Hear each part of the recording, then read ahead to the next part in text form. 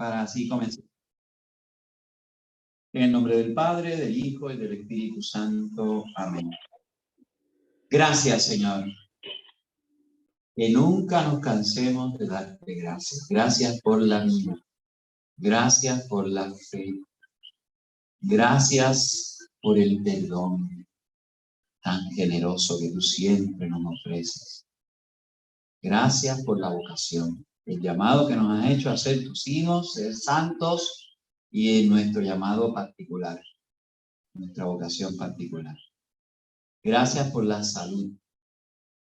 Gracias por toda la gente buena que has puesto en nuestro camino para ayudarnos, para abrirnos puertas, para facilitarnos, para hacer enlaces con otros. Gracias porque han puesto sus talentos, su tiempo y su tesoro para colaborar con los demás, con nosotros. Gracias por todas las oportunidades, bendiciones, de los peligros que tú nos has librado. Incluso gracias, Señor, te damos por las pruebas y dificultades, porque así, con la ayuda de tu Espíritu, podemos crecer. Y gracias sobre todo, Señor, por ir adentrándonos, conociendo las riquezas, las minas de oración que podemos encontrar en tu palabra escrita en la Sagrada Escritura, sobre todo en nuestros maestros, los salmos. Esta acción de gracias te la presentamos en el que nos ha enseñado a dar gracias. Jesucristo, nuestro Señor. Amén. Amén. En nombre del Padre, del Hijo y del Espíritu Santo. Amén. Pues tenemos muchos salmos hoy, así que vamos a ver entonces. Vamos a comenzar con el Salmo 24. Salmo 24. Es un salmo, un himno de entrada al templo.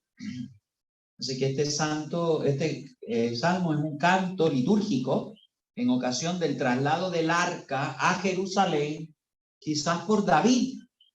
Segunda de Samuel 6:12. Es un canto litúrgico procesional. Un himno en honor de Dios creador.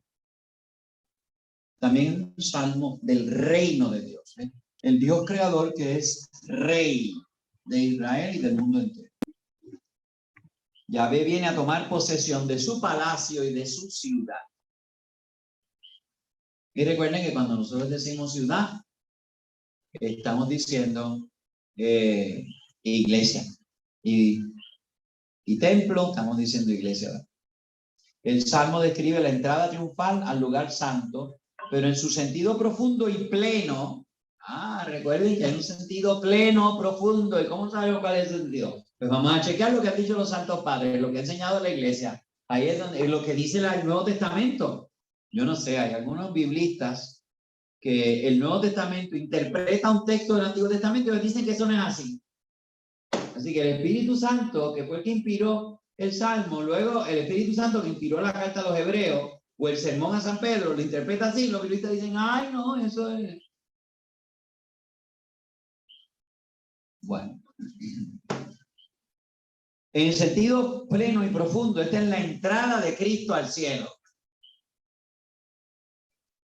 Algunas personas tienen problemas con el yo del Salmo. El yo del Salmo siempre es un poeta. En este caso puede ser David, un poeta anónimo, pero ese es el primer yo del Salmo. Pero proféticamente esto anticipa que Jesucristo iba a asumir ese Salmo como suyo. Y aquí, fíjense, esto es un himno a Cristo como Dios. Un himno ascendente. A Cristo como Dios. Es una página del Antiguo Testamento escrita especialmente para Cristo, que es el único que puede subir al monte del Señor y entrar en el cielo. Estaban cerradas las puertas. Dios puso un querubín con una espada de fuego, que es la justicia divina. Pero Cristo, con el agua y la sangre que han salido de su costado, ha apagado ese fuego, esa acusación en nuestra contra, ¿verdad? En la carta a los Colosenses dice ese pellejo que decía INRI, ¿verdad? El pliego acusatorio. El cortejo, en un entusiasmo lírico, invita a las puertas del templo a ensancharse estas puertas se abran. Quien entra es el Rey, el Dios del universo. Bueno, se van a enseñar tanto que van a romperse. Porque el Dios del universo no cabe por una puerta. El héroe valeroso que sufrió la cruz y ahora asciende victorioso a las puertas antiguas del cielo, cerradas por el pecado de Adán.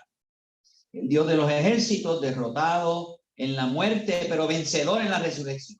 Un salmo con gran lirismo y fuerza vivencial. Al llegar la procesión con el arca de la alianza al atrio del templo, se entabla un diálogo entre la muchedumbre que entra y los guardianes, los levitas, que velan por el carácter sagrado del lugar. Recuerden que no podían entrar los gentiles al templo, y las mujeres hasta un cierto patio, y los hombres hasta cierto patio, y de ahí los sacerdotes, y después en el lugar más sagrado del templo, solamente una vez al año, el sumo sacerdote. Así que nosotros hemos perdido ese sentido de lo sagrado de los lugares, pero aquí está muy presente. Como le decía este domingo pasado, ¿se recuerdan la primera lectura de Moisés se encuentra con Dios que se manifiesta allá en el arbusto? Quítate las sandalias, que esto es un lugar sagrado. Temblor y miedo. Así que cuando entra el arca de la alianza que traen los sacerdotes y entran por la puerta, empieza ese diálogo. Portones, alcen los dinteles, levántese las puertas. ¿Quién es ese rey? Ahí viene. ¿Quién? El señor héroe de la vida. Así que los levitas estaban ahí y decían, ¿quién es el señor que va a entrar? El señor héroe de la guerra. Se personifican las puertas, dándole una personalidad que puede responder a lo que les gritan, que se las ensanchen y que sus dinteles se eleven en gestos de homenaje simbólico ante la grandeza de aquel que las va a franquear. Así que el Salmo 24, que litúrgicamente es el 23, los que van a visitar al Señor en su templo, sus puertas se abren solamente para que Dios entre en él y los que son santos como él. Este salmo, el yo del salmo, la iglesia canta a su Señor Jesucristo que entra en la gloria. Cristo, Rey de la gloria, entra en su santuario. Fíjense, voy a saltar y voy a pasar aquí a la dimensión litúrgica y escriturística. Hay muchas resonancias de este salmo en Juan 10, del 1 al 16. También es la escena del Domingo de Ramos, con la entrada triunfal de Jesús en Jerusalén. De hecho, este salmo se usa en esa liturgia. Y recuerden, como se usan los salmos en la liturgia, ahí hay una indicación de cómo la iglesia lo entiende, su sentido profundo. También se usa en Pascua y sobre todo en la fiesta de la Ascensión. ¿Quién es el que va a entrar en la puerta del cielo? Pero en la tradición de la iglesia también se usa este salmo al hablar del descenso de Cristo al lugar de los muertos, para abrir las puertas del lugar de los muertos y hacer salir hacia el paraíso a los santos veterotestamentarios, eso quiere decir del Antiguo Testamento. Vetero en latín quiere decir viejo o antiguo, vetero. Veterinario es otra cosa, pero esto es veterotestamentario. San Pablo, de hecho, llama a Jesús Señor de la gloria, 1 Corintios 15, 25. La iglesia ve tres entradas de Cristo en este salmo. Su entrada en el mundo y el recinto que lo recibe es el seno de la vida. La primera entrada de Cristo. Su entrada al lugar de los muertos y su entrada en el cielo. También a las condiciones del alma para que pueda recibir a Jesús al comulgar. Señor, no soy digno de que entres en mi casa. Y dice que Dios es Señor de la gloria, citando este salmo. Este salmo se canta en la fiesta de todos los santos. ¿Quiénes son los dignos de entrar con el héroe de la guerra? Pues aquellos que son los mártires, aquellos que han ofrecido sus vidas para participar con Cristo de su gloria. Solo se puede acercar a Dios el que tiene una conciencia limpia, recta, sana, que ha luchado contra su egoísmo y todas las formas de idolatría, que está libre de toda mancha de egoísmo e idolatría.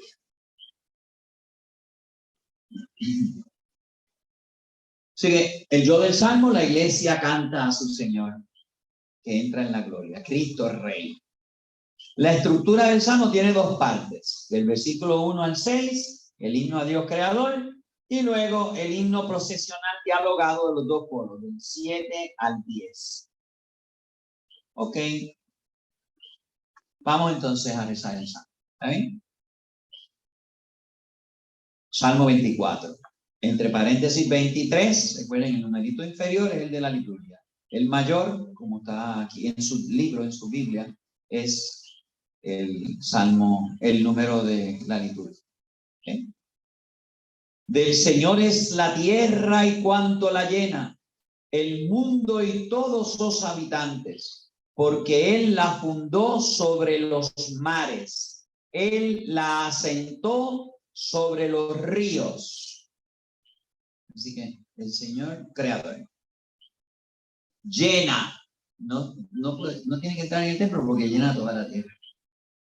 Y entonces fíjense, ahí nos da la cosmología, la visión del mundo que tenían los escritores, que va evolucionando, ¿verdad? Va cambiando. No es lo mismo los textos más primitivos hebreos, que tienen mucha influencia cananea, e incluso lo vamos a ver en el Salmo 104 egipcia.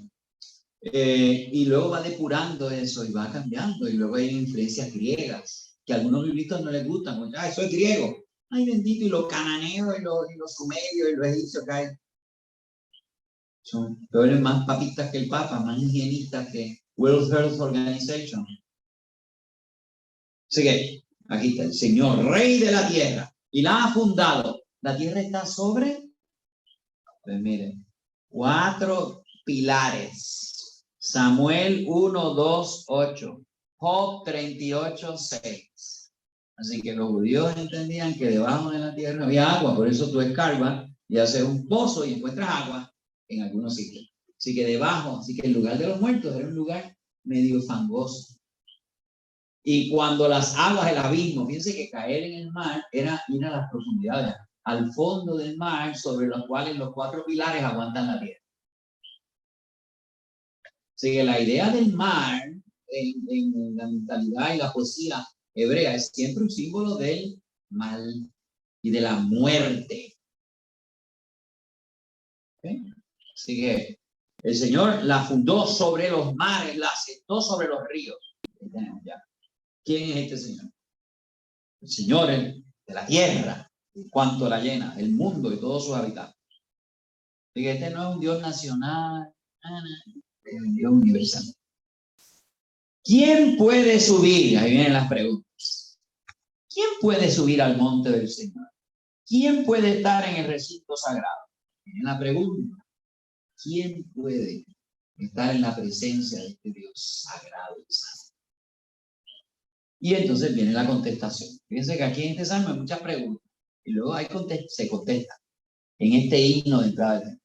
El hombre de manos inocentes y puro corazón, que no suspira por los ídolos, ni jura en falso. Así que, manos inocentes y corazón puro. Corazón puro quiere decir recto, sencillo, que es todo de Dios, sin pliegues, sin complicaciones, sin malas intenciones. Así que el hombre de manos inocentes y puro corazón, bienaventurados los puros de corazón, porque verán a Dios, entrarán al cielo. Que no suspira por los ídolos ni jura falsos. ¿Se recuerdan el Salmo 16? ¿Se recuerdan? Yo no juro ni tomaré en mis labios los nombres. No, allá que yo solamente me fío del Señor. Ese recibirá la bendición del Señor y el favor de Dios su Salvador. Así que ya vemos, ¿quién puede entrar? El que es puro, el que es santo.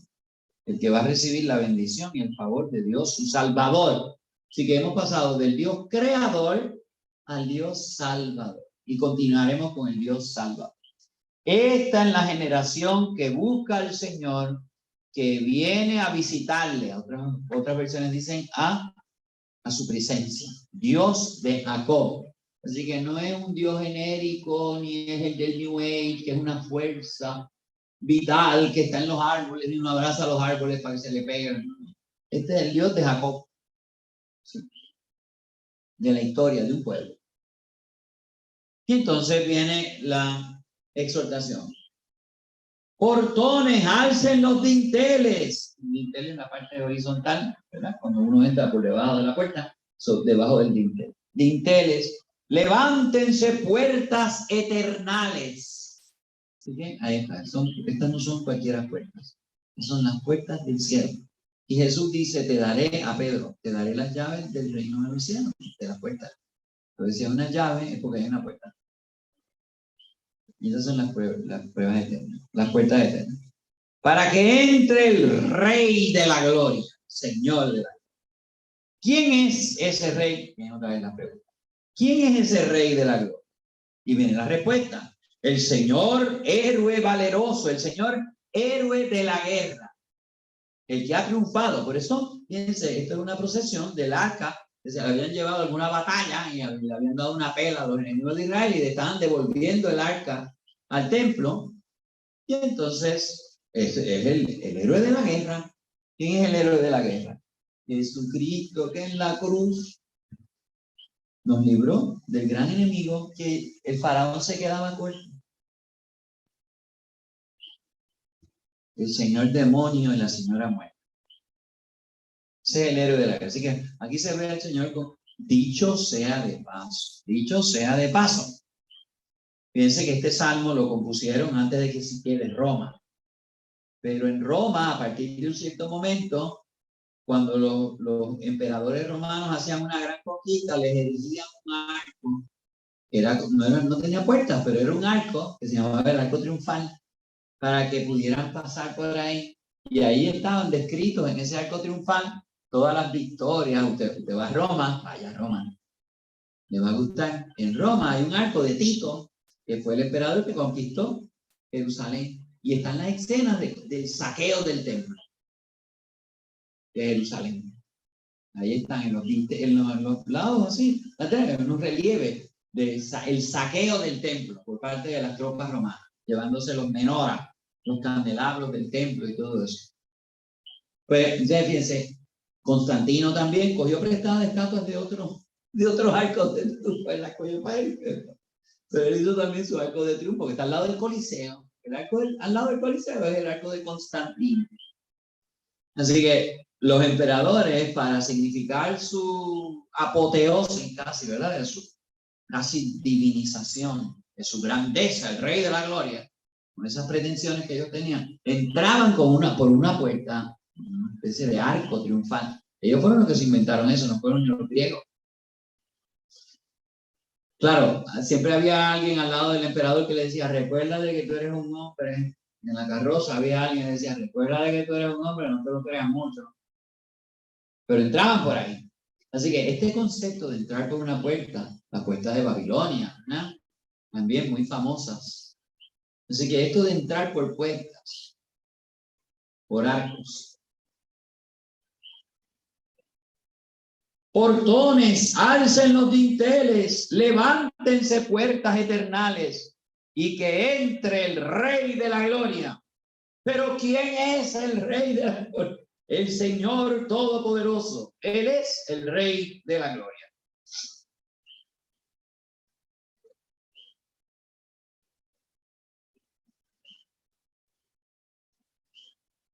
Interesante el salmo, ¿verdad? No es una oracioncita, no es una meditación, no es una profecía de la pasión de Cristo, el Salmo 22 que vimos. Es un himno de alabanza a Dios, calero de la guerra, al Señor, creador y salvador, que ha triunfado sobre los enemigos y lo acompañamos a entrar en el templo. Al llegar a las puertas del tiempo, uno se pregunta, ¿quién puede entrar? ¿Quién puede entrar al cielo? El que tenga un corazón puro, unas manos inocentes, el que sea leal y justo, que busca a Dios y es libre de los ídolos. Es otra forma de preguntar cómo reina Dios. Este salmo es una catequesis moral sobre la participación en los ritos del templo. Son los comportamientos rectos y santos de los fieles los que hacen reinar a Dios. El hombre construye el reino de Dios en sí mismo, con su rectitud de corazón y de sus manos. Así que ese es el mensaje del salmo. Ya hablé de la dimensión litúrgica, es un salmo del Domingo de Ramos, es un salmo del tiempo de Pascua, sobre todo el tiempo de la Ascensión, y aparece también el oficio del Sábado Santo. Levántense las puertas antiguas, ¿quién va a entrar? Y en una obra teatral que vi que alguien hizo, ¿verdad? Pues ese es el salmo que se cita precisamente antes de entrar Cristo al lugar de los muertos, ¿verdad? El Salmo 24. Levántense las puertas que por ahí vienen. Y entra Cristo, ¿verdad? A desposeer el demonio. Hay una de las cartas de San Pablo, creo que es la carta de los... Yo creo que es la carta de los Colosenses, donde él dice que Jesucristo también tuvo su entrada triunfal y trajo a sus enemigos, porque los romanos, cuando traían por el arco del triunfo, traían a los enemigos, a todo el botín, hacían un despliegue, era un show que hacían, ¿verdad? De todo lo que habían capturado, pues Cleopatra se suicidó para que no la llevaran en ese desfile de todas las capturas. Imagínense, aquella que había entrado en gloria a Roma, la amante de César, ahora la iban a traer como una esclava. Así que dijo, yo no me presto para eso, yo me mato antes de que me lleven para allá, ¿verdad? Pero San Pablo dice que Cristo se llevó a los que estaban aprisionando a los santos en el antiguo. Se llevó a los demonios esclavizados, ¿verdad? Por eso en la pintura siria que está el demonio esposado, ¿verdad? Es decir, ha dominado todas esas fuerzas del mal, porque la carta de los Colosenses tiene que ver con esa preocupación que tenían algunos cristianos por infección de algunos New Agers de aquella época, Old Agers, pero eran New Agers, ¿verdad? Pero que les decían, no, hay unas fuerzas, hay unas criaturas celestiales que tienen influencia sobre nosotros. San Pablo dice, mire, Jesucristo ha sometido todos los poderes del espacio, incluso, ¿verdad? El aire, porque ellos entendían que los demonios estaban en el aire. Cuando levantan a Cristo en la cruz, lo meten en el aire de los demonios, ellos están pululando. Pero son clavecitas que te dan que si tú tienes una cultura literaria antigua, ¿verdad? Pues captas todas esos detallitos. ¿Okay? Así que un salmo muy interesante. Apropiación personal, que no es robo. Apropiación personal no es robo. Bueno, cuando tú entras en una tienda y haces una apropiación, puede ser robo. Pero eso es cómo tú te aplicas el salmo. ¿Qué me dice? ¿Ok? Fíjense que en el librito que ustedes compraron dice, cada persona es un templo donde el Señor quiere habitar. ¿Cómo puedo abrirle las puertas de mi vida para que Él habite en mi templo? Fíjense que eso es una aplicación. Eso es una aplicación personal. ¿Eh? Así que ahí está, ¿qué me dice este salmo? Pues yo también soy un templo. San Pablo lo dice. ¿No saben que son templos del Espíritu Santo? Fíjense cómo en la liturgia y en la espiritualidad cristiana, yo soy el templo también. Fíjense miren todos los niveles que se le puede dar a este salmo. Es una procesión litúrgica del Arca de la Alianza, es una alusión a la entrada de Cristo en el mundo, a la ida a visita al lugar de los muertos, a la entrada en el cielo. Y nosotros seguimos a Cristo y queremos entrar al cielo y tenemos que tener manos inocentes y puro corazón, pero también yo soy un templo viviente. ¿Vieron? Todas las dimensiones de Salmo para que ustedes vean que cuando uno hace oración con la iglesia, con la fe de la iglesia, todo esto tiene una riqueza espectacular. Entonces aquí el tercer paso, ore, rece para que Dios le ayude a tener un corazón puro y manos inocentes, de tal manera que esté más disponible para recibirle a Él y amar a los demás. Para que usted también entre en el cortejo triunfal, no como el demonio esclavizado, sino como uno de los ayudantes del rey que entra en su gloria. Así que rece para que Dios le ayude a tener un corazón y actúe. ¿Hay algo en tu vida o en tu entorno que impide o dificulta la apertura a Dios? ¿Hay algo que hace impuro tu corazón o sucias tus manos, tus intenciones? ¿Hay algún ídolo? Aquí dice, ¿verdad? ¿Quién puede entrar en el recinto santo? El que no suspira por los ídolos, ni jura en falso. En una vida recta. Así que actuar. tú dejas que Cristo tome posesión de tu ser. Somos libres ante las cosas de la naturaleza. Solo Dios merece que nos sometamos. Me he sometido a lo que no es Dios, a las modas, a los estilos de vida consumistas. Cada vez que el Rey de la Gloria viene a mí al comulgar, no soy digno de que entres en mi casa. Otra vez, ¿no? Abro y ensancho las puertas de mi corazón para recibir. El único absoluto es Dios, no es una opción política, respetable, pero opinable, opcional. Seremos juzgados sobre el amor, no si decimos Señor, Señor. Tenemos que vivir ese venga tu reino a mi corazón en toda nuestra conducta. Así que piense todas las aplicaciones y preguntas que usted se puede hacer, examen que se puede hacer, petición que puede hacer y no digamos actuación. Así que ahora vamos a abrir, en el nuevo formato, vamos a abrir. ¿Alguien tiene alguna pregunta? Solamente los que tienen preguntas van a abrir su video para dejarse ver y van a hablar. Van a quitar su mudez. ¿Bien? ¿Tienen alguna pregunta sobre el Salmo 24? María. Padre, yo tengo una pregunta. Es que estoy confundida. Porque yo cuando había hecho el trabajo había puesto... ¿Me escucha? ¿Estoy en mute o no? Sí, doña María. Ahora, que era David. O sea, es que tengo una confusión entre David y la iglesia, porque usted dice que el yo es la iglesia. Entonces, tengo una confusión entre David y la iglesia. Para es que no debe tener confusión, son niveles del yo. Está el que compuso el Salmo, vamos a suponer, fue David el que compuso el Salmo. Ok, pues fue David el que entonó eso. Pero ¿quién inspiró a David a escribir eso? Jesucristo. Pues David lo llamamos un profeta. El Espíritu Santo fue el que inspiró a David a escribir esto. ¿Y qué en la intención del Espíritu Santo? Que no era la de David, ¿verdad?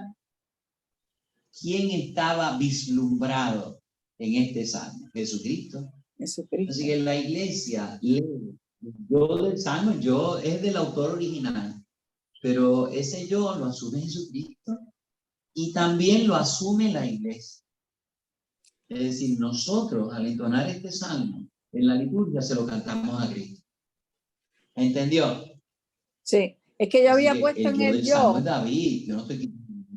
Exacto. Yo había puesto en el yo, había puesto David y / Jesucristo, cuando yo lo había analizado. Entonces usted me dice la iglesia y por eso me confundí. Esta es la iglesia, somos nosotros los que le estamos cantando a Cristo, que está en... Ok. Estoy más claro. Gracias.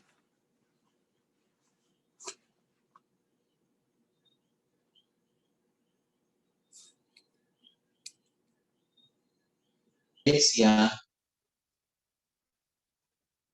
reza el salmo, se lo reza Jesús. ¿Está recording? Estoy bien, gracias, Padre. Pero así que se aclaró eso, porque no estoy seguro que usted no es la única que tiene esa confusión. Al yo decir el yo del salmo, no estoy quitando al autor original, al que lo compuso. Lo que le estoy dando es profundidad. Jesucristo rezó este salmo. Él lo tiene que haber rezado. Ese era su devocionario. Lo tiene que haber cantado cuando entró el domingo de Ramos. Pero él estaba sabiendo que se iba a ir. Ese salmo hablaba de él. Cuando acabase su guerra contra el mal y el demonio. Y cuando la iglesia, ustedes, nosotros, todos, rezamos y cantamos este salmo en la liturgia, estamos cantando a Cristo. Es la iglesia. El yo del salmo acaba siendo la iglesia. La iglesia toda, nosotros, usted, yo, todos. Entonces, la iglesia es el yo que le canta a Cristo. Porque este salmo está dirigido al Señor de la gloria, al Rey de la guerra. Y ese es Jesucristo. Así que fíjense que no es exclusión, es profundidad. ¿Okay? Okay. David lo compuso, pero él ni cuenta se dio de que el Espíritu que se le estaba inspirando, lo estaba escribiendo para luego que la iglesia se lo dirigiera a Cristo.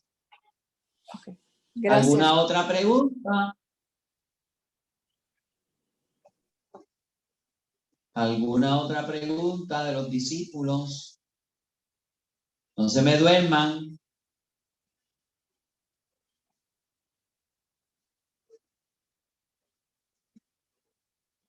¿No hay ninguna más pregunta? Pues entonces vuelvan otra vez a mudez y quítense del video para entrar en el Salmo 25. El Salmo 25. Es un salmo de súplica en el peligro. Ya no es un himno procesional, cambiamos de tema, ¿verdad?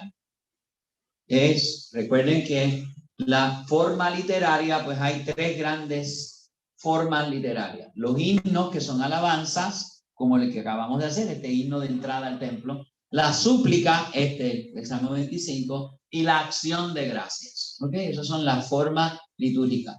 Luego hay otro sentido del género, es sapiencial, es histórico, es litúrgico, es profético. Vimos que el Salmo 24 era litúrgico y era profético. Pero su estructura, su forma de composición es himno coral, entre dos coros, los que están entrando y los que están en el templo, que están haciendo preguntas y respuestas. ¿Ok? Ahora vamos a un salmo de súplica de un individuo en el peligro. Es uno de los 8 salmos alfabéticos. ¿Y qué son los 8 salmos alfabéticos? Pues miren, en su texto, miren lo que hay, ¿verdad? A, B, G, D, H, W, Z, y siguen las letras. Es como un acróstico. ¿Vieron? Fíjense que en la traducción que ustedes tienen en su librito que yo les recomendé en la Biblia, ven que hay unas letras negrillas aquí, 25, A, B, G, D, H, W, Z.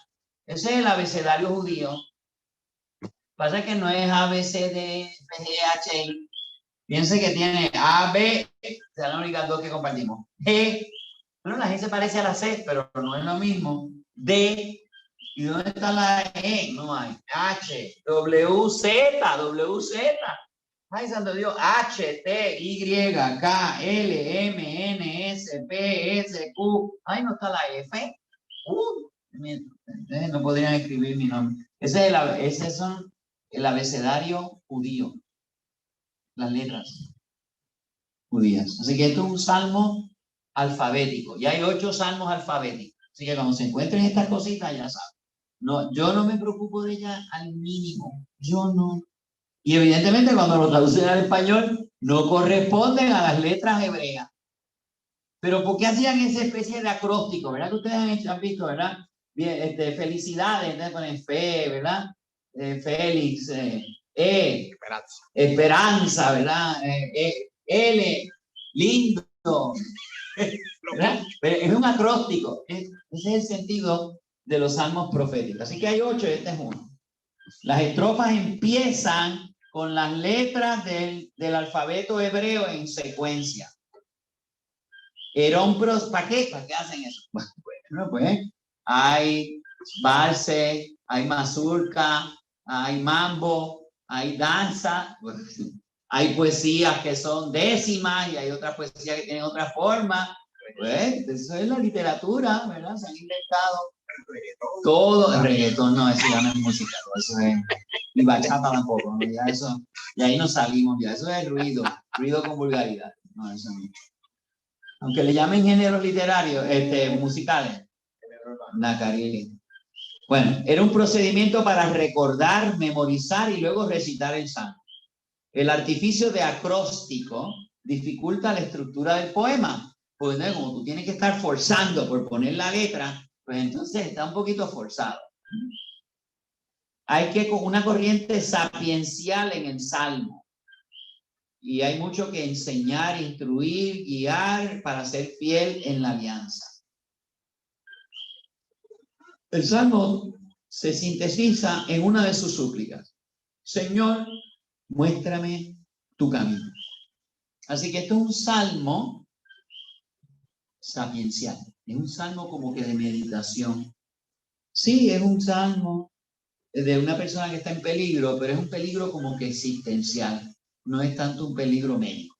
Es como existencial. Yo estoy seguro. No debo tener ansiedad.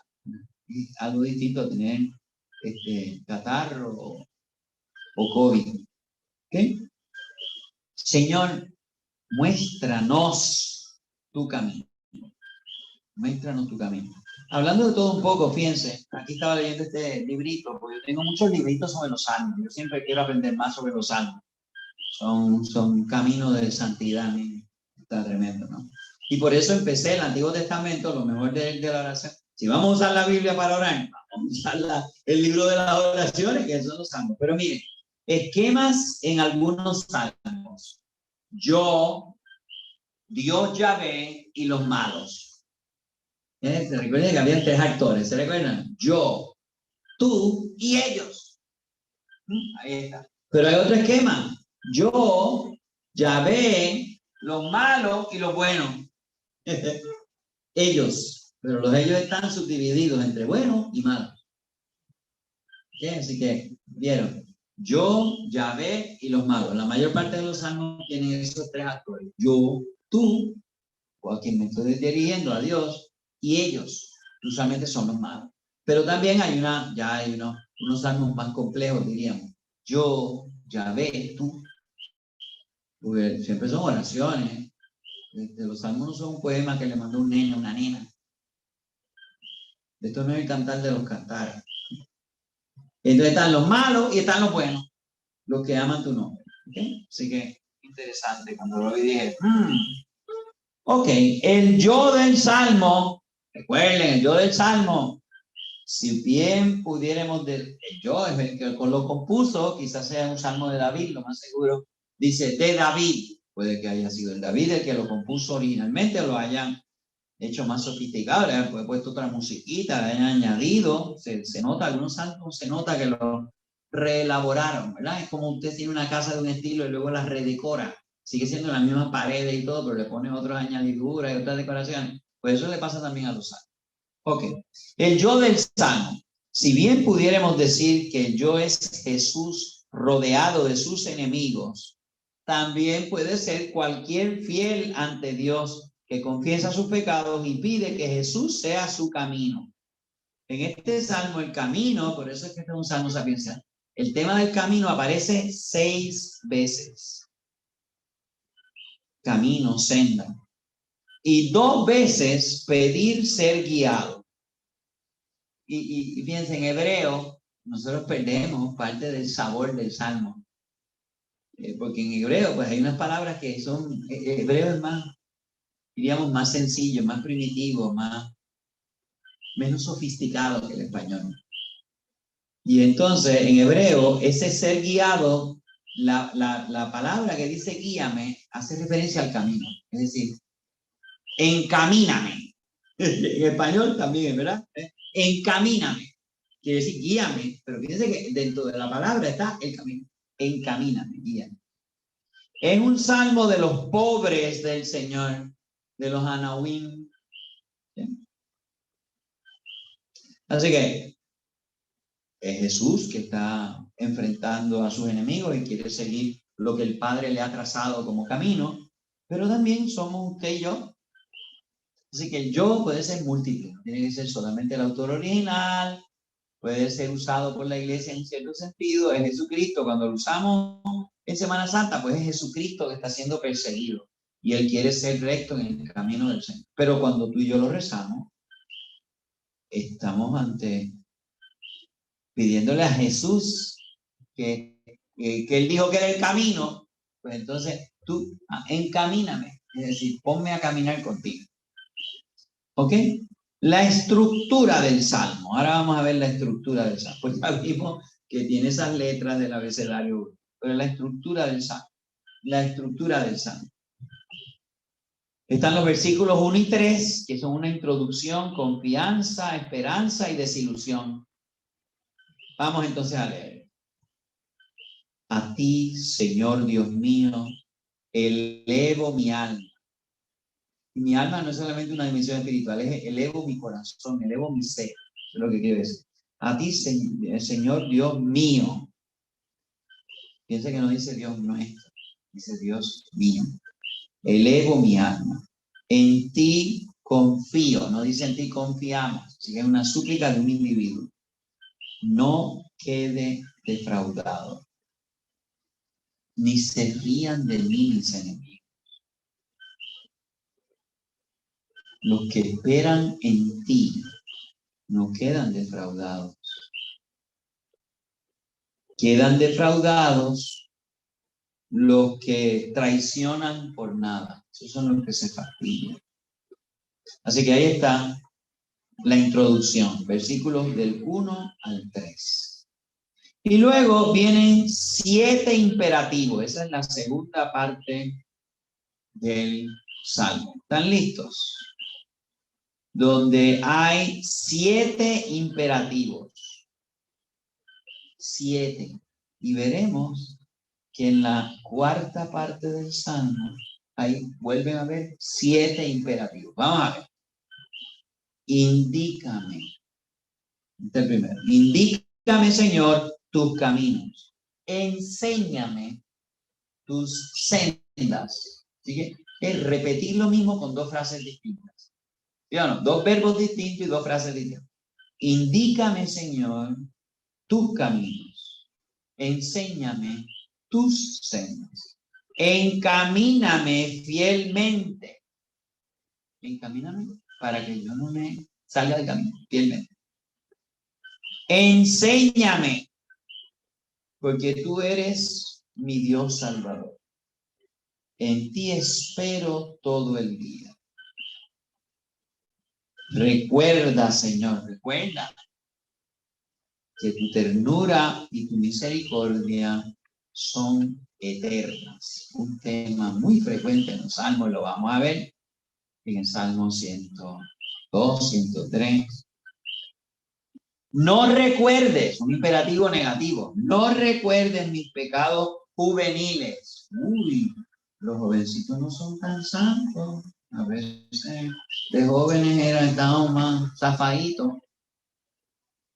más malcriaditos, más enamoraditos, más egoístas. No recuerdes mis pecados juveniles y mis culpas. Acuérdate de mí según tu amor por tu bondad, Señor. Así que 7 imperativos. Oiga, estamos dándole órdenes a Dios. Indícame, enséñame, encamíname, enséñame, recuerda, no recuerdes, acuerda. ¿Okay? Así que ahí está, hasta el versículo 7. Y ahora viene el versículo 8 al 11, el camino de la alianza. El Señor es bueno y recto, indica su camino a los pecadores. Encamina rectamente, bueno, otra vez ves, camino, encamina, senda. Encamina rectamente a los humildes. Enseña su camino a los humildes. Vuelve otra vez, fíjense en hebreo, y en Jesucristo lo dice muchas veces. Y el Evangelio de San Juan, eso es continuo. Por él se hizo todo, nada se hizo que no fuese hecho por él. Entonces él te dice en positivo y en negativo, te lo reitera. Y aquí mismo lo vemos. Encamina rectamente a los humildes, enseña tu camino a los humildes. Es como una forma que tiene la poesía hebrea de insistir en algo. Te lo dice en positivo, en camino, te lo dice de 2 formas. ¿Ok? Encamina rectamente a los humildes. Enseña tu camino a los humildes. Bien importante para el mensaje del Salmo. Si tú no eres humilde, te vas a descaminar. La senda, pues otra vez el camino. Las sendas del Señor son amor y fidelidad. Y viene ese dúo, que no es Batman y Robin. El dúo siempre de Dios. Amor y fidelidad. Misericordia y fidelidad. No lo separemos, ¿verdad? Las sendas del Señor, ¿cuáles son? Él es, la carta a los hebreos lo va a decir. Tenemos un sacerdote fiel y misericordiosa. Ahí está. Las sendas del Señor son amor y fidelidad. Claro, nosotros usamos la palabra amor, pero hay que ver cuál es la que está detrás. En hebreo hay dos grandes palabras para el amor. Una de ellas es ese, y también significan misericordia. Misericordia y fidelidad. Las sendas del Señor son fidelidad y misericordia para los que las guardan, los preceptos de su alianza. Así que si tú obedeces, si tú cumples con lo que Él te ha pedido, pues entonces te vas a encontrar que Dios es fiel y misericordioso. Por tu nombre, Señor, perdona mi grande iniquidad. Así que ahí está, de los versículos 8 al 11, el camino de la alianza. Y luego del 12 al 15 vuelve a reiterar. Esto para nosotros es extraño, pero los que estudian la Biblia se han encontrado que los hebreos y a veces los evangelios, sobre todo el evangelio de San Mateo, también tiene esa estructura. Para nosotros nos resulta extraña, pero para ellos era otra forma de recordarse las cosas. Empiezan con un tema, pasan al segundo, reiteran el segundo de otra forma y vuelven otra vez al tema. Es como un círculo, pero es bien curioso. Y aquí piensen, está los 7 imperativos, el camino de la alianza de los versículos 12 al 15, y luego vuelven los 7 imperativos. Es una estructura que para nosotros es extraña, pero para los estudiosos y para los que esto eran formas. Miren, ¿a quién me puedo referir? Que yo creo que tenemos todos experiencias de eso. Como los trovadores, cuando improvisan. ¿Verdad que sí? Ellos tienen un pie, ¿verdad? Ellos tienen como 1 metro, ¿verdad? Ellos tienen una... Matemáticamente, ¿verdad? Ellos tienen que coordinar ciertas palabras, ¿verdad? Para que terminen las palabras. Pues eso es lo mismo que está pasando. Lo que pasa es que nosotros no nos damos cuenta porque no sabemos hebreo. Pues es lo mismo. Esas formas para que las personas puedan incluso memorizarse. ¿Okay? Así que el camino de la alianza, versículos 12 al 15. ¿Hay alguien que respete al Señor? Él le indicará el camino que ha de elegir, y la felicidad será su morada, y su descendencia poseerá la tierra. El Señor se confía a sus fieles y les revela lealmente su alianza. Mis ojos están fijos en el Señor, pues Él sacará mis pies de la red. Así que si tú andas por el camino, no te vas a enredar. Las redes, dicho sea de paso, en la poesía hebrea, muchas veces hacen referencia a la muerte, porque el Sheol era un cazador que nos tiraba redes para agarrarnos y mandarnos para allá, para el lugar de la muerte. Así que, si hay alguien que respete al Señor, esta vez en la función de las preguntas en la poesía hebrea. ¿Quién es ese Señor? ¿Quién es el héroe de la guerra? El Señor, el valeroso. ¿Quién puede entrar al monte santo? Las preguntas, ¿no? Se llaman preguntas retóricas. ¿Quién? ¿Hay alguien que respete al Señor? Él le indicará el camino que ha de elegir, y la felicidad será su morada. Así que llegará a la felicidad, va a vivir en la felicidad, y su descendencia poseerá la tierra. Recuerden la preocupación de Abraham, que él se iba a morir y le iba a dejar todas las cosas que tenía al sirviente, bueno, Dios mío. Su descendencia poseerá la tierra. Recuerden estos salmos que fueron compuestos en la época en que todavía no se creía en la resurrección de los muertos. Pues entonces, ¿cuál era tu esperanza? Seguir viviendo en tus descendientes. Seguir viviendo en tus descendientes. Entonces, lo terrible era eliminar a un clan entero. Entonces, se perdió. No podrían, ¿verdad? Para los egipcios ellos le daban una gran realce e importancia al nombre del difunto. Que el nombre del difunto se siguiera repitiendo. Entonces, por ejemplo, a Ajenatón, el primer faraón hereje, que rechazó todos los otros dioses y se quedó nada más que con el dios Sol, Atón, Pues Ajenatón mandó a quitar las palabras de los otros dioses en los templos de Egipto. Pero cuando él se murió y le dieron para atrás la revolución y volvieron otra vez a los templos de todos los politeístas, de todos los dioses y sobre todo de Amun, Ra y de todos los dioses, pues entonces le empezaron a destruir el nombre de Ajenatón. Así que los cartuchos, ¿verdad?, que eran las formas donde ponían el nombre del rey, se los empezaron a destruir.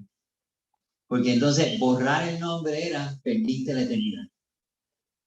Qué cosa, ¿no?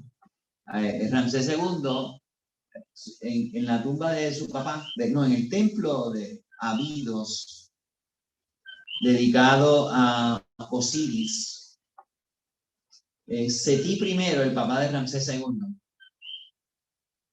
pues tiene a Ramsesito así chiquitito al lado y tiene todas las dinastías de los egipcios y tiene todos los faraones desde el primer faraón hasta Seti I y no aparece Akenatón, lo borraron, y tampoco aparece su sucesor Tutankamón, también lo borraron, y también borraron a Ay, el sucesor de Tutankamón, que lo enterró. Se saltan, es como si fuese Amenofis III pasa a Horemheb. Se saltaron 3 faraones, le quitaron el nombre. Quitarle el nombre era olvidarse. Eso es lo peor que le podía pasar a un egipcio, además de que le rompieran la momia, porque entonces el ermita no podía descansar en ningún pueblo. Pues entonces, la felicidad será su morada y su descendencia poseerá la tierra. Piense que el hebreo, la esperanza es que hubiese sucesores suyos, eran descendientes suyos, que esos poseerían la tierra. No es tanto el nombre de la persona, que se siga diciendo el nombre. Bendito, pues Tutankamón se la vengó porque a él lo borraron de la lista de los faraones, pero ahora, cuando tú le preguntas a cualquier, bueno, yo no diría ya cualquier joven, ¿verdad? Pero a cualquier persona adulta le pregunta, ¿qué faraón tú has oído hablar? Le van a decir Tutankamón. El nombre que quisieron borrar, no lo han podido borrar. Bueno, después de un poquito de trivia egipcia, volvamos al Salmo 25, ¿ok? El Señor se confía a sus fieles, les revela lealmente su alianza, es decir, no lo engaña. No me puedo fiar de Dios. Mis ojos están fijos en el Señor, pues Él sacará mis pies de la red. Si yo sigo mirando a Dios, no me voy a tropezar. ¿Okay? Así que el camino de la alianza. Ahora entramos, estamos volviendo, vimos una introducción, 7 imperativos, el camino de la alianza parte 1, el camino de la alianza parte 2, y ahora volvemos a 7 imperativos y después vamos a volver a la conclusión, que es como la introducción. Confianza, esperanza, desilusión. Ok, vamos a entrar. Versículo 16 al 19. Vuélvete. Aquí vienen los imperativos, dándole orden a Dios. Vuélvete a mí, ten piedad, estoy solo y afligido. Alivia las angustias de mi corazón, sácame de mis congojas. Mira mi aflicción y mi fatiga, perdona todos mis pecados. Mira cuántos son mis enemigos. Protege mi vida, líbrame, que no me avergüence. ¿Ok? Así que 7 imperativos. Mira cuántos son mis enemigos. Cuán violento el odio que me tienen. Ahí acaba los 7 imperativos. Vuelve, alivia, saca, mira, perdona. Mira.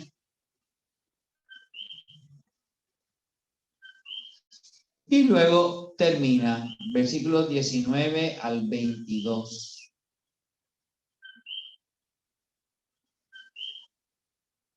Aunque algunos salmistas dicen que el número 22 se lo añadieron después. Pues vamos a ver, del 19 al 21.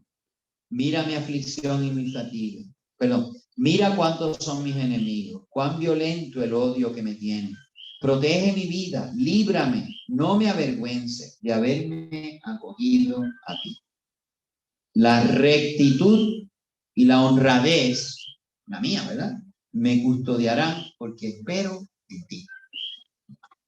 Así que mientras yo siga el camino, sea honrado, sea recto, sea puro de corazón, me arrepienta de mis pecados, mis enemigos, ellos.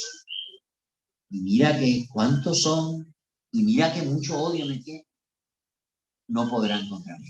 Porque como yo te he escogido a ti,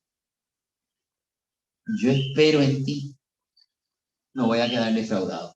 Fíjense porque este salmo se ve Cristo, ¿verdad?, está rezándole al Padre, ¿verdad?, diciéndole, como yo me he fiado de ti, Padre, yo sé que no voy a quedar defraudado y decepcionado. Y finalmente, el versículo 22, una actualización post-exílica y litúrgica, reforzando la salvación de Babilonia. Así que algunos biblistas dicen, eso son teorías, porque el Salmo está ahí, no dice esto lo compusieron aquí, esto se lo añadieron. Pero dice, ¿por qué? ¿Saben por qué dice que es una añadidura? ¿Saben por qué? Porque es una letra que no existe. Así que se le añade una letra, se le añade algo que no corresponde al abecedario. Por eso es que dicen, fíjense que si ustedes ven, ustedes miran, dice MNSPSQRST, y entonces el Salmo 20, la estrofa 22 no tiene una letra. Por eso es que dicen que una añadidura para reforzar después de que habían regresado de Babilonia. Salva, oh Dios, a Israel de todas sus angustias. Fíjense que es curioso. Hasta ahora todo ha sido yo, tú, ellos, que yo siga el camino. Por eso les estaba insistiendo de que no era guíanos, sálvanos, perdónanos, es perdóname, ¿verdad? Vuélvete a mí, estoy solo. Entonces al final, salva, oh Dios, a Israel de todos. Es una perspectiva como salva a todo Israel. Sálvalo a él, a Israel. ¿Ven? Así que por eso también los estudiosos de esto pues dicen, aquí hay algo que se añade. ¿Ok? Pero claro, el que se haya añadido no quiere decir que este no es el Salmo 25. Recuerden cuando la iglesia, después de en Trento, como los protestantes habían votado libros de la Biblia, ella decidió cuáles eran los libros que eran. Dijo, los libros con todos sus textos, es decir, como están ahora. Se los haya añadido después, eso no importa. El Salmo 25 incluye la estrofa 22. En este salmo, cada uno de los versos comienza con una letra del alfabeto hebreo. El autor presenta a Dios una serie de peticiones y ruega que le defienda, le oriente, le proteja, lo perdone, ya ustedes saben, 14 imperativos. Reflexiones. Cuando el Señor le indica a usted el camino, ¿usted está listo para seguirle? O cuando le cuesta mucho el camino, se quiere huir. Y mira, este salmo es bien importante. Nos insiste que yo no me aparte de tu camino, que no me aparte de los caminos. El mensaje, ya vimos la estructura del salmo, bien extraña. El mensaje. Este salmo tiene 20 peticiones suplicantes imploradas a Dios, consignadas en 22 líneas. No permitas, no dejes triunfar, enséñame, hazme conocer, dirígeme, enséñame, recuerda, olvide, no me olvides, perdona, mira, ten piedad de mí, líbrame, ve mi miseria, quita, mira a mis enemigos, guarda mi vida, líbrame, ahórrame, libra a tu pueblo. El salmista se sirve de sus sufrimientos para mostrarlos a Dios y pedir compasión divina. Se encuentra sin salida, con los pies atrapados en una red trampa, versículo 15. Y son 20 audaces imperativos dirigidos a Dios que son signos de confianza en Él. Hay motivos de esperanza por parte de Dios, ya que Él es tierno y bondadoso y perdona las infidelidades a la alianza, porque por el amor que Él tiene y por su santo nombre. Dios es fundamentalmente un aliado de los seres humanos, aunque esta criatura sea pecadora. Y es solidario con los que sufren y son humildes. Enseña su camino a los humildes. Dios es feliz perdonando. Él no lo hace a regañadientes. Piensen, así que si hay esperanza por parte de Dios, de que Él es así, también hay esperanza por parte del hombre. Está solo, es pobre, es desgraciado, está atormentado, tiene penas, pecados, tiene enemigos que no se apartan de él, pero espera con tanta confianza en el Dios que es fiel, que aunque hemos sido infieles, al reconocerlo, Él nos devuelve con su perdón a la fidelidad. Así que la fidelidad a Dios es una sabiduría superior que nos hace ver el camino seguro. Así que cuando yo asumo, cuando yo sigo a Dios, cuando yo obedezco a Dios, estoy en un camino superior. No estoy haciendo camino al andar, como dice esa cancioncita, esa poesía, ¿verdad? Creo que es de un poeta chileno. Que no se hace camino al andar, que ya el camino es Jesucristo. Así que el salmista comienza por una situación personal, pero acaba ampliando su oración a los sufrimientos de todo Israel. ¿Bien? Salva, Señor, a Israel de todos sus enemigos. El salmista empieza elevando su mente a Dios con mucha humildad, expresa su confianza en el auxilio divino, manifiesta su arrepentimiento de sus pecados 3 veces en el verso 7, 11 y 18. Le pide a Dios que le enseñe el camino, las reglas de vida verdadera.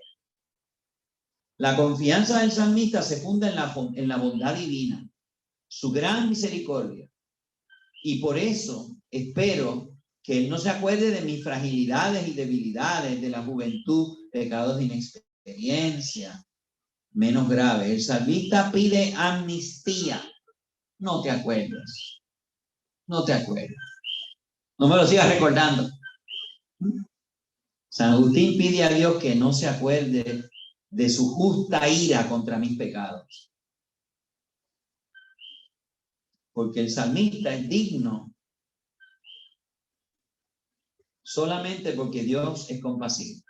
Porque Dios es recto y bondadoso, está dispuesto a mostrarle el camino verdadero a los que se han extraviado como pecadores. Siempre y cuando, esta es la condición, sean pobres y humildes. Interesante esta conjunción muy frecuente en la Escritura. Pobre y humilde, igual que Dios es fiel y misericordioso y el hombre es pobre y humilde. Es más glorioso para Dios, aunque sea omnipotente, el perdonar que el castigar. Wow. Le da más gloria a Dios perdonar que castigar. ¿Se habrá enterado Putin de eso? No. El que camina en respeto a Dios disfruta de las promesas hechas por Dios a los patriarcas, la tierra prometida. El salmista mira a Dios y pide que Dios lo mire. Mírame. La inocencia moral y la rectitud afianzarán su confianza en Dios. Piense que, aunque este salmista confiesa sus pecados, después dice, pero es que yo estoy arrepentido, ya yo soy fiel. El único que verdaderamente siempre fue fiel fue Jesucristo. ¿Okay? Así que, tan. Este salmo, litúrgicamente, es el salmo del primer domingo de Adviento. Tenemos que esperar en la fidelidad de Dios. Apropiación personal. Bueno, aquí dice, elija la rectitud y la honradez como normas que orienten su vida diaria. Evite engañar a nadie para mi beneficio, sobre todo a quien es más vulnerable. Esa es una de las sugerencias, ¿verdad? De cómo actuar. ¿Siento a Dios como mi aliado?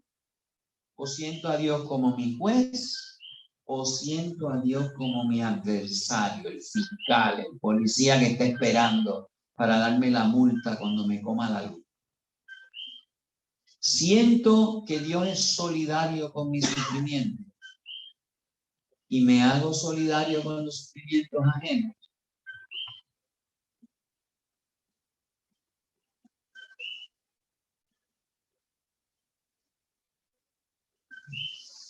¿Alguna pregunta sobre este salmo? El Salmo 25. Pues aquí tenemos, ya lo tenemos aquí entre nosotros. Al que está haciendo la pregunta. Es la nota, ¿verdad? Eso que siempre va de la mano, el ser fiel y misericordioso. Pero cuando lo he visto, ¿verdad? O por lo menos sospecho, ¿verdad? Cuando se habla que es el humilde y pobre, a veces lo distorsionan con que el que es pobre es humilde y que el que es humilde es pobre. No, porque una cosa no tiene que ver con la otra y no tiene que ver ni con escalas sociales. Cuando uno habla pobre es que no depende absolutamente de Dios. No tengo nada, solo Dios, todo me lo da, todo lo dispone. Así que si dependen de los grants federales, pues no son pobres. Entonces el ser humilde es reconocer que es así, que si no es por Dios, nada soy. Exactamente. Y quería que... Sí, no, esto no es pobreza en categoría sociológica, es pobreza espiritual y moral. ¿Verdad? Es decir, yo dependo absolutamente de Dios, ¿verdad? De Él me fío porque no puedo hacer nada por mí. ¿Verdad? Así que, y humilde es el que anda conociendo su tamaño, su estatura, que no tiene 7 pies, 6 pies y no llega ni 5 cuadros. Según la ideología de género, podría medirse. Bueno, exactamente. Si usted asume la ideología de género, pues puede decir lo que usted quiera. Exactamente. Puede cambiar de hombre a mujer y de mujer a hombre, puede ser una combinación de bi y todas esas cosas. Pero qué pena, ¿verdad? Que no puede tener 7 pies porque usted quiere y que le cambien la medida. ¿Alguna otra pregunta? Libere su micrófono y también manifiéstese con su video. Si tienen alguna pregunta del precioso Salmo abecedario, el Salmo, uno de los 8 Salmos 25. ¿Alguna preguntita sobre el Salmo 25? Efraín, vamos a ver. No es tanto del Salmo, sino Ajá. la disposición de un salmo, el orden de los salmos, uno detrás del otro.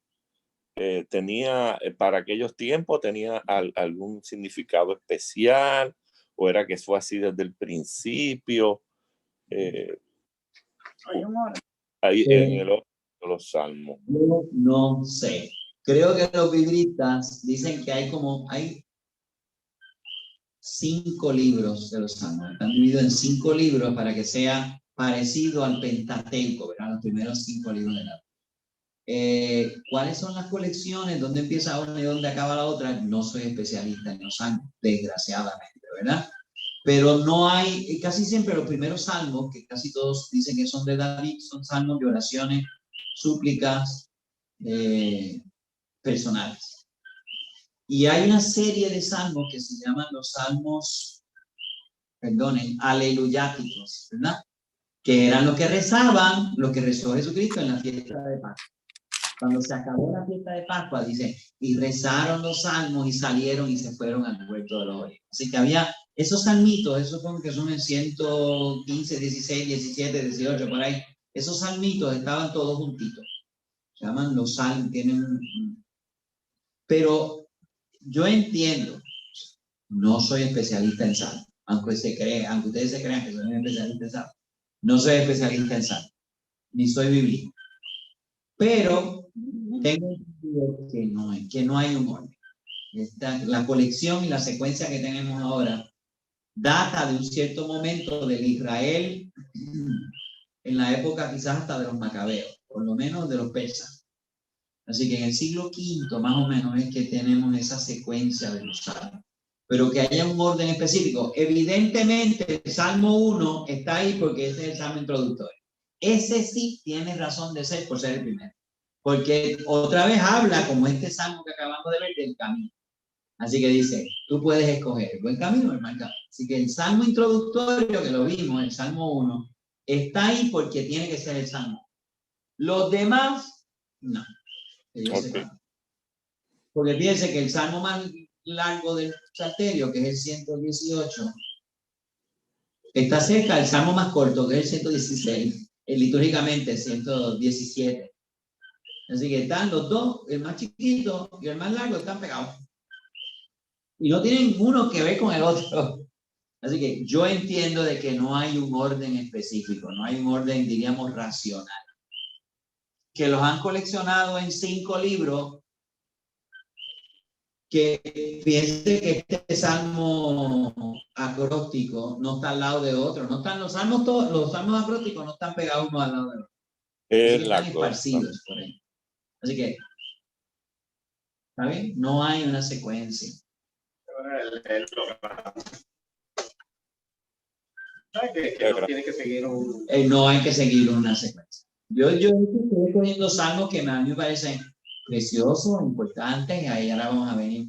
Hay 3 ahora que son bien bonitos, sobre todo el último, el 104, 103, 104, que son salmos preciosos, ¿verdad? Hemos cogido salmos importantes, a mi entender, el 1, el 8, el 16, el 22, el 23, 24, 25, pero ahí piensa que había una diferencia, hay una gran variedad de salmos. Eso hicimos el 22, 23, 24, 25. Y piense que son distintos. El 22 era el salmo del buen pastor, el salmo de la pasión de Cristo, el salmo de la entrada triunfal, ábranse las puertas, y ahora este salmo de, ¿verdad? Yo manténme en el camino que no me desvíe. Sí, están todos juntitos y son todos bien distintos. ¿Alguna otra pregunta?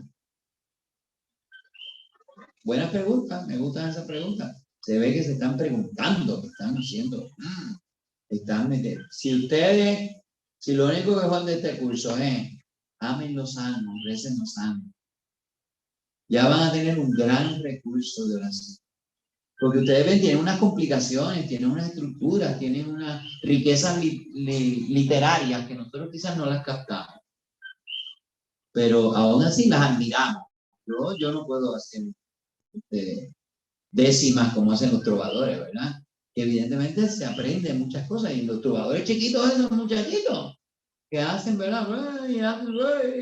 Yo no tengo ese don, ¿verdad? Pero cuando lo veo, lo admiro, aunque no lo tenga. Pues lo mismo pasa con los salmos, ¿verdad? Los salmos tienen que volverse nuestro oxígeno para respirar la presencia de Dios, ¿verdad? Y tratar a Dios. Son una escuela. Por eso a mí la liturgia de las horas, que algunos curas la llaman la suegra, voy a cantar por ahí con la suegra, porque estamos obligados desde diáconos a rezar los salmos.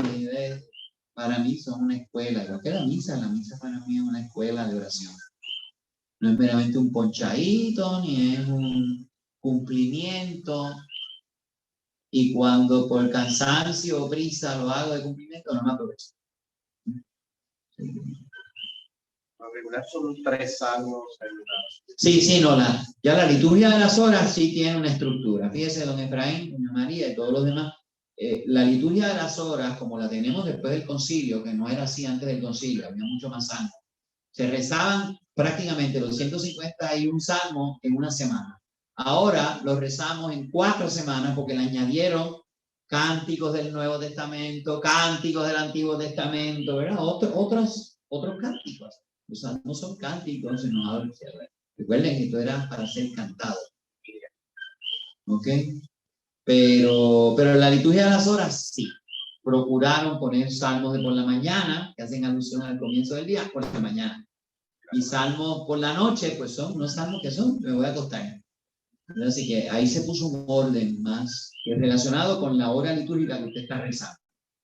Casi siempre el Salmo 118, puede estar en las horas intermedias, pero también a veces sale en otra hora, porque es la hora, ¿verdad? Estamos en el fragor del día y queremos mantenernos en el campo.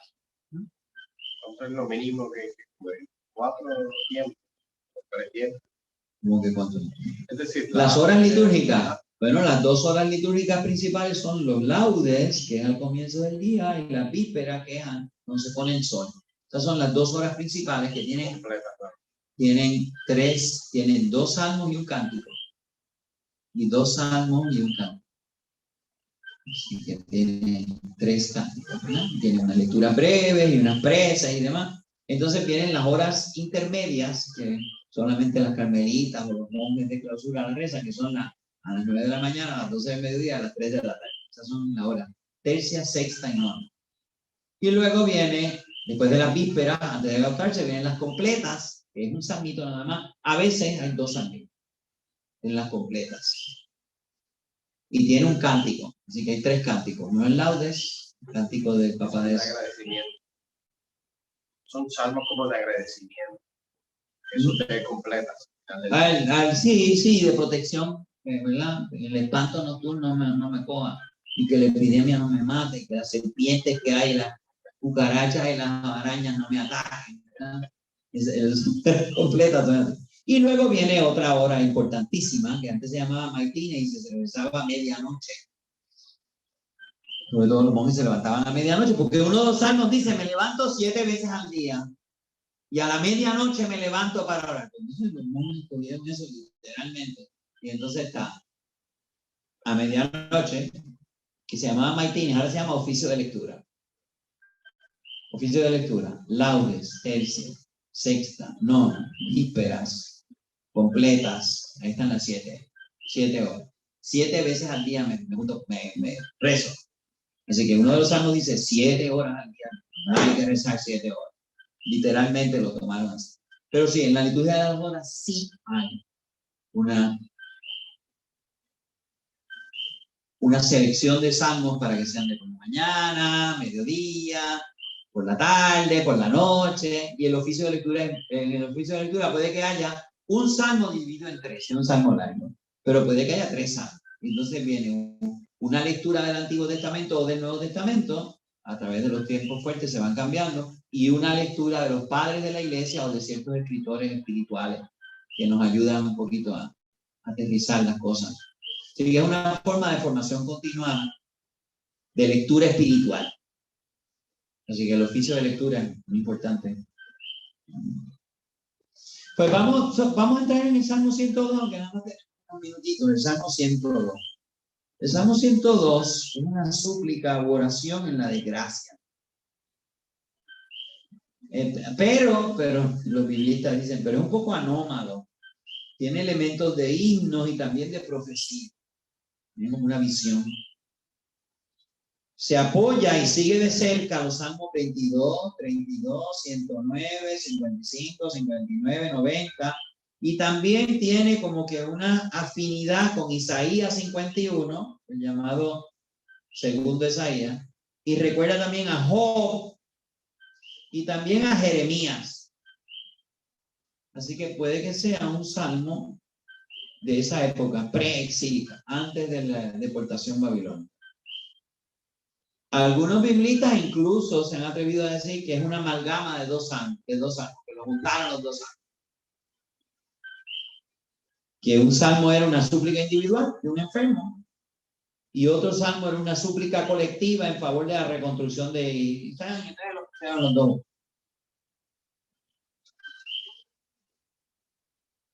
Es un salmo que aviva la esperanza personal y eclesial, diría yo, ¿verdad? Pero nacional. Es que a mí no me gusta usar la palabra nacional porque la palabra nacional hoy día no tiene nada que ver con el concepto. Si pudiera decir de clan, de tribu. Eso sí sería más, pero no es nacional. Corporativo, es Israel. Tiene 2 ejes temáticos muy importantes. Y eso tiene que ver con el mensaje y con la estructura. Tiene 2 ejes temáticos. Son 2 temas que él trabaja y contrasta, como le gusta a la poesía hebrea. El tiempo, lo efímero, lo que pasa, lo que se desaparece, lo que se vuelve polvo, y la eternidad. Entonces está contrastando y comparando lo efímero de lo humano, que se gasta como la ropa, así dice, ¿verdad? Que se acaba, que se vuelve polvo. Incluso la ciudad de Jerusalén destruida. Lo efímero y lo eterno de lo que está más allá del tiempo y del espacio, que es indestructible, ¿verdad? Que no se cambia, que no se modifica, que no se perturba, que no se aminora. Así que ese es el primer tema, eje. El tiempo y la eternidad, y luego el individuo y la comunidad. yo, mis necesidades, mis temores, mis problemas, mis ansiedades, estoy desahuciado. Y la comunidad. La comunidad también asediada, la comunidad simbolizada por la ciudad de Jerusalén, que ha sido destruida. Por eso, por lo menos el segundo salmo, si nos adscribimos a la teoría de que aquí son dos salmos combinados, pues el segundo salmo evidentemente lo escribieron después del destierro babilónico. Porque dice, reconstruya Jerusalén, y ya, y entonces ahí viene la visión profética. Y ya veo que hasta los gentiles se van a juntar y van a venir también a adorar en el templo, cuyo culto fue estropeado, ¿verdad? Y suspendido, como decía la primera lectura del libro de Daniel, ¿verdad? Por la destrucción del templo, obra de los babilonios. ¿Okay? Pero obra de los babilonios como castigo por los pecados de los malos reyes, de los malos sacerdotes y de los malos profetas, de los embusteros de profetas, ¿verdad? Que siguieron el ambiente de los bárbaros. Padre, ajá. Segundo eje temático, ¿cuál es? El primer eje temático es el tiempo y la eternidad, el contraste entre la eternidad de Dios y lo temporal y efímero de los hombres. Y el segundo eje temático es el individuo y la comunidad. Los problemas y las ansiedades y las pruebas del individuo y también de la comunidad. Al final en el Salmo se juntan los dos, ¿verdad? Así que mis descendientes con el resto de Israel van a darle gloria a Dios. Es un salmo medio tristón, aunque se quiere leer el salmo más tristón de todos, es el Salmo 88. Dios mío, 2 veces mi número favorito, el 88. Lo que pasa es que lo rezamos en las vísperas del viernes y para nosotros en la liturgia es el 87. El 88 es el salmo de las preguntas que solo la resurrección de Cristo se va a atrever a contestar. Es el salmo de la depresión. Es el salmo, el único salmo de todos los 151 que se queden preguntando.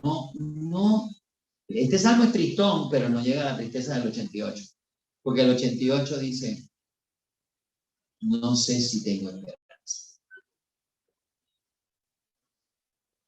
Es el salmo, ¿por qué? Porque habla de la muerte. ¿Habrá algo para los muertos, excepto que se queden allá abajo enterrados y olvidados de Dios?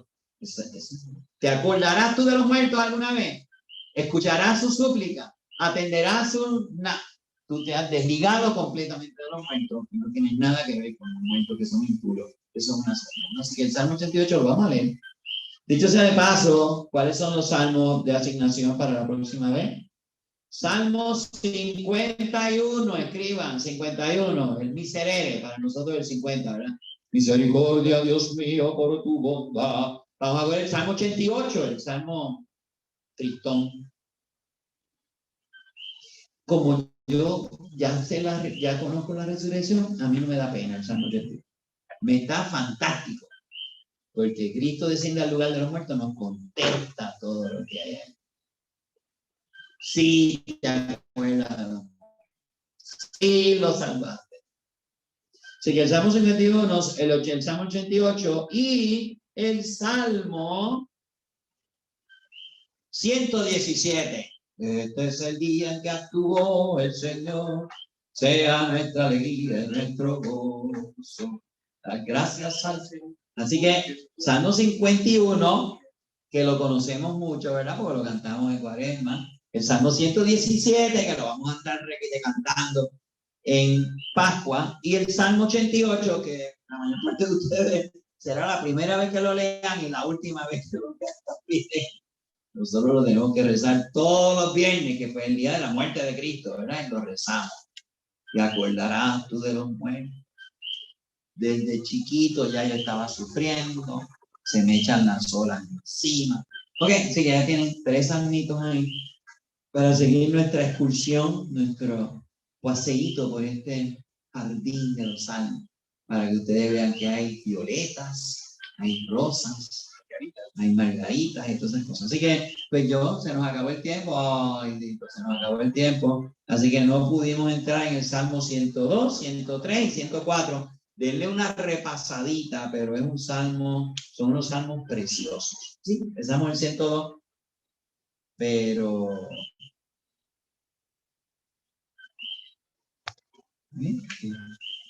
Una súplica, tres salmos bien distintos. El Salmo 102, una súplica y una desgracia personal y nacional, y de Israel, del clan, de la tribu.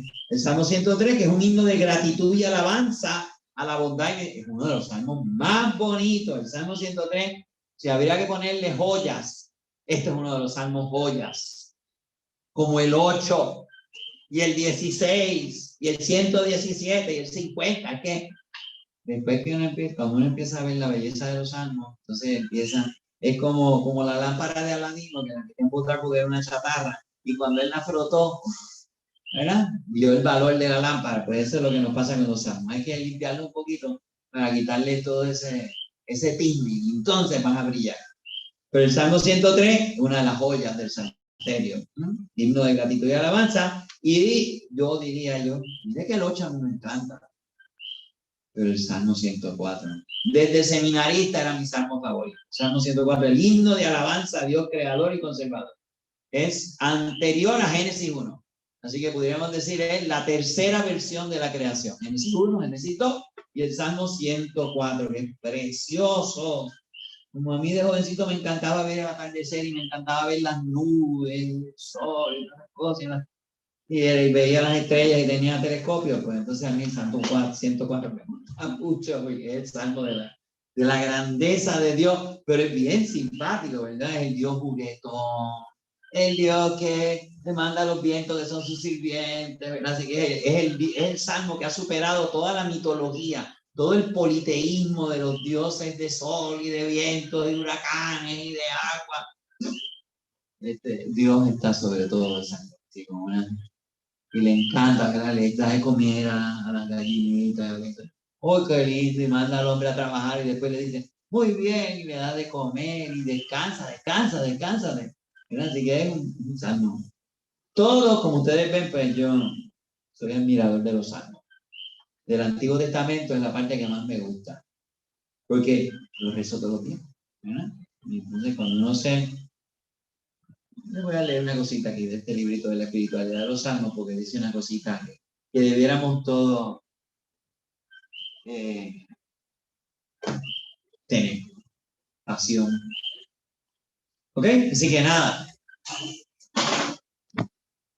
En el nombre del Padre, del Hijo y del Espíritu Santo. Amén. Dios Todopoderoso, gracias por enseñarnos a orar.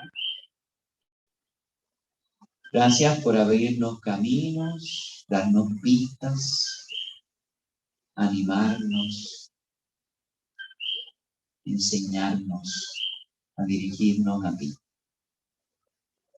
Y sobre todo, gracias que en tu condescendencia con nosotros pues, has querido en nuestro lenguaje, en nuestro vocabulario, en nuestra mente, en nuestra forma de vivir y de sufrir en el mundo, has querido solidarizarte con nosotros, compadecerte de nosotros, porque tú muestras tu grandeza precisamente perdonando, siendo misericordioso con nosotros. Pues gracias, Señor, por ser quien eres. Como Moisés te preguntaba el domingo, ¿cómo tú te llamas? Yo soy el que soy.